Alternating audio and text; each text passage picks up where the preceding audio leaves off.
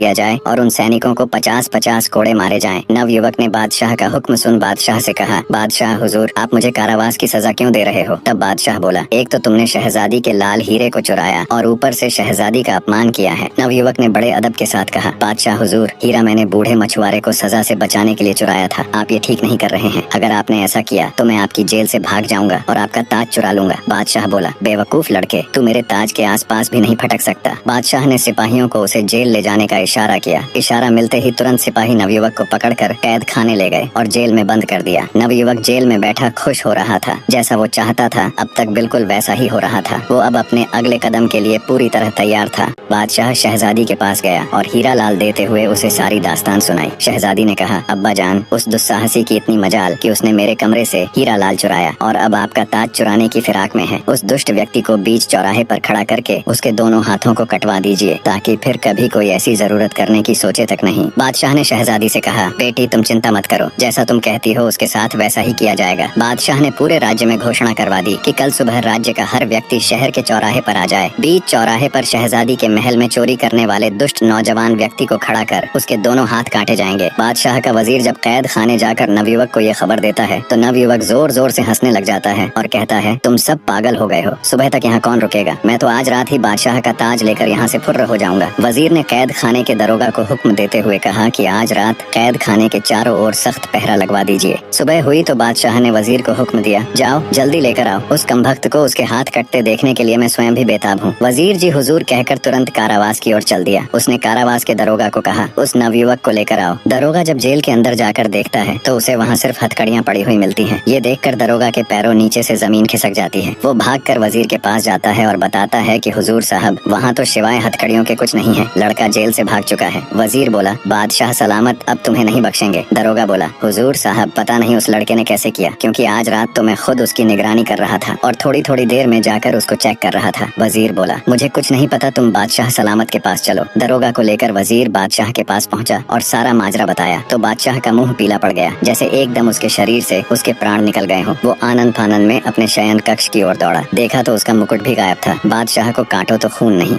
शहजादी बानो अपने पिता के महल में आती है। देखा तो बादशाह उदास बैठा हुआ है। शहजादी ने उनसे मायूसी का कारण पूछा तो बादशाह बोला, क्या फायदा मेरे बादशाह होने का जब एक मामूली सा चोर लड़का मेरे महल में दाखिल हो जाता है और जो उसका मन करे उठा ले जाता है। शहजादी बोली, मुझे तो लगता है सभी नौकर उस कमबख्त से मिले हुए हैं, पर आप उदास मत हो अब्बा जान, एक तरीका है उसे पकड़ने का और आपका ताज फिर से पाने का। आप उस बूढ़े राहगीर को फिर से कैद करवा कर पूरे नगर में घोषणा करवा दीजिए कि बूढ़े मछुआरे की आंखें निकाल कर उसे शहजादी के महल में बंदी बनाकर रखा गया है, वो उसे बचाने जरूर आएगा। बादशाह के हुक्म की देर थी कि कुछ ही देर में सैनिक उस बूढ़े राहगीर को पकड़ लाए। बादशाह ने बूढ़े मछुआरे को आराम के साथ शाही कमरे में ठहराया और अपनी योजना अनुसार पूरे राज्य में घोषणा कर दी कि बूढ़े की आंखें निकाल उसे कैद करके रखा है। नवयुवक को जब पता चला तो उसके तन बदन में आग लग गई। उसने खुद से कहा, जब मेरे ऊपर वश नहीं चला तो उस बूढ़े राहगीर को ही उठा लिया, पर अब बस बहुत हुआ, अब इन सब का अंत करने का समय आ गया है। रात हुई तो शहजादी के महल के चारों तरफ कड़ा पहरा लगा दिया गया। कदम कदम पर शाही सैनिक अस्त्र शस्त्रों के साथ चौकन्ने खड़े थे। खुद बादशाह भी भेष बदलकर गश्त कर रहा था, पर तभी अचानक शहजादी के महल से